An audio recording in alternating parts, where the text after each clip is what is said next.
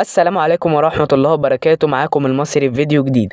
النهاردة هنتعلم نعمل أكل 3 أو 4 أيام في أقل من نص ساعة. وهنبدأ بطريقة الفراخ يا معلم. تنزل ب50 ملي زبادي أو لبن رايب، ولو ما عندكش يبقى انزل ب50 ملي لبن، وحط عليهم رشة خل يا معلم. وانزل ببهارات الشاورما اللي هكتبها لك في أول تعليق، أو ممكن تجيبها جاهزة من عند العطار. وهتقلب يا معلم. بعدين تجيب كمية الفراخ دول نص كيلو متقطعين شاورما، وتقلب يا باشا. بعدين بقى على بال ما تسيب الفراخ في التتبيله، تنزل ب200 جرام رز وتغسلهم 3 غسلات، وده المنظر بعد الغسيل.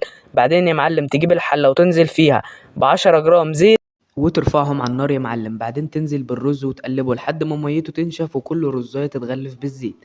بعدين تنزل عليهم بمقدار الميه لحد ما مقدار الميه يعدي الرز ب1 سنتي، وتنزل عليهم بنص معلقه ملح ورشة كركم يا باشا، وتقلب. وأول ما يغلي تنزل عليه بربع مكعب مرقة دجاج، وتغطي عليه وتوطي النار يا معلم وتسيبه ربع ساعة.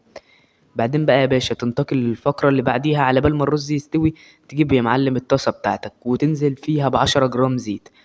وأول ما الزيت يسخن يا باشا تنزل عليه بالفراخ، وتبدأ إن أنت تشوحها على نار متوسطة زي ما أنت شايف قدامك كده.